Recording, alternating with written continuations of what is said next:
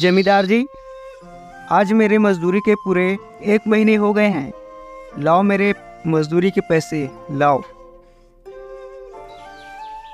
हाँ हाँ, देता हूँ गोपाल। तुम्हें इतनी जल्दी क्यों होता है हमेशा? ये ले। अरे, ये तो सिर्फ 3 हफ्ते के पैसे हैं और 1 हफ्ते के मेरे पैसे कहाँ गए जमींदार साहब? अरे गोपाल, मैंने मजदूरी के पैसे कम कर दिए हैं, तुम्हें पता नहीं? अब तुम्हारा 1 महीने के सिर्फ इतने ही पैसा हुआ, समझा? ये तो गलत बात है जमींदार साहब। आप मेरे मजदूरी के पैसे काट कैसे सकते हैं? मैंने अपना खून पसीना लगाया है और ऐसे में कैसे चलेगा बताओ? अब से तुम्हें इतनी ही मजदूरी मिलेगी, समझे? तुम्हें जमता है तो काम कर, वरना तेरे जैसे और बहुत सारे लोग हैं। हाँ हाँ, नहीं करना मुझे तुम्हारे यहाँ काम। तुम्हारे जैसे लालची और नियतखोर जमींदार के यहाँ काम करने से तो अच्छा है मैं घर में बैठ कर रह जाऊं। हाँ तो जाना, क्या देख रहा है? गोपाल एक ईमानदार और मेहनती इंसान था। उसकी एक छोटी सी खेत भी थी जिसमें वह धान की खेती किया करता था और खाली समय में जमींदार के यहाँ मजदूरी पर जाता था। अरे ये क्या हो गया? उस जमींदार ने तो आपको 1 हफ्ते का पैसा नहीं दिया। हाँ रागनी, वह सेठ नियतखोर है। अब से मैं सेठ के यहाँ काम पर नहीं जाऊंगा। बताओ, मैंने पूरे 1 महीने खून पसीने बहाकर अपनी मजदूरी की और उन्होंने सिर्फ 3 हफ्ते का पैसा दिया। ऐसे में कैसे घर चलेगा बताओ? ऐसे बेईमान सेठ के यहाँ मैं बिल्कुल नहीं जाऊंगा। तो आप जाएंगे कहाँ और हमारे घर के खर्चे कैसे चलेंगे? अब तो जो हमारा छोटा सा खेत है उसका ही अच्छे से देखभाल करना होगा। अब वही एकमात्र सहारा है हमारा रागनी।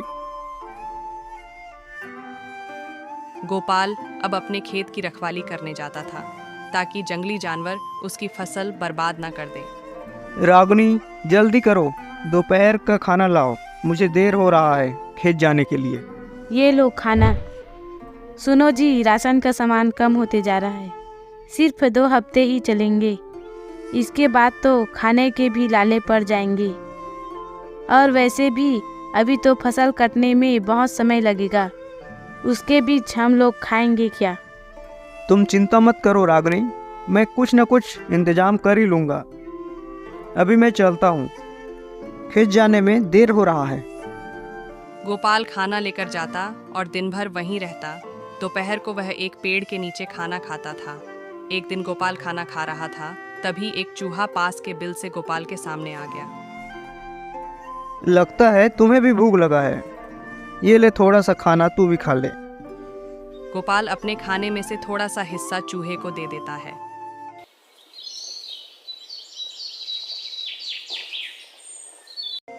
गोपाल अगली सुबह जब वह खेत गया तो देखा कि चूहे के बिल के पास एक सोने का बड़ा टुकड़ा रखा हुआ है। अरे ये क्या? सोने के टुकड़े ये कहाँ से आया? कहीं मैंने जो चूहे को अपने हिस्से का खाना दिया था? नहीं नहीं, ये कैसे हो सकता है? क्या सच में वह चूहा चमत्कारी है? हो भी सकता है। गोपाल सोने के टुकड़े को लेकर घर गया और सारी बात अपनी पत्नी रागिनी को बताया। लगता है वह चूहा कोई चमत्कारी चूहा है।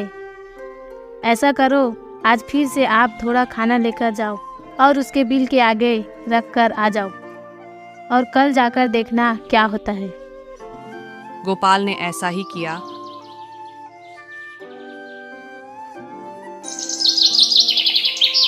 और अगली सुबह गोपाल को एक और सोने का टुकड़ा मिला।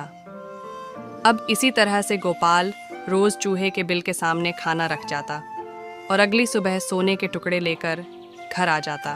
गोपाल अब अमीर होते जा रहा था। सेठ जी, उस गोपाल ने तो बहुत बड़ा नया घर बना लिया है और अभी अभी 2 जोड़ी बैल खरीद कर लाया है। पता नहीं उस गोपाल के पास इतना पैसा आया कहाँ से। गोपाल की अमीरी देखकर गांव के जमींदार जलने लगा। अरे, गोपाल के हाथों कौन सा खजाना लग गया है जो दिन प्रतिदिन अमीर होते जा रहा है। जरूर इसका कोई न कोई राज है, इसका तो पता लगाना ही होगा। ऐसा सोचकर जमींदार गोपाल का पीछा करने लगा।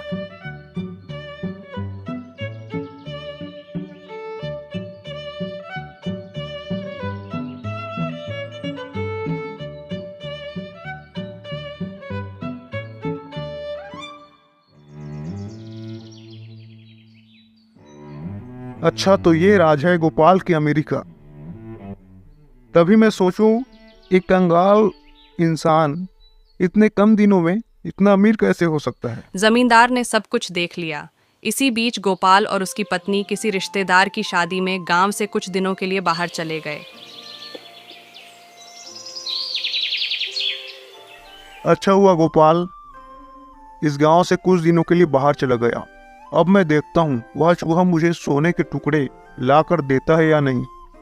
ये लो चूहा महाराज, आपके लिए खाना, और अगली सुबह मुझे भी एक सोने के टुकड़े दे देना।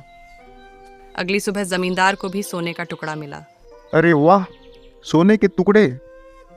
लगता है इस चूहे के बिल के अंदर बहुत सारा सोने का खदान है। मैं ऐसा करता हूँ, गोपाल के गांव आने से पहले इस बिल को खोद कर पूरा सोना एक ही बार में निकाल लेता हूँ, ताकि बार बार मुझे मेहनत करने की जरूरत न पड़े। ऐसा सोचकर वह जमींदार चूहे के बिल को खोदने लगा।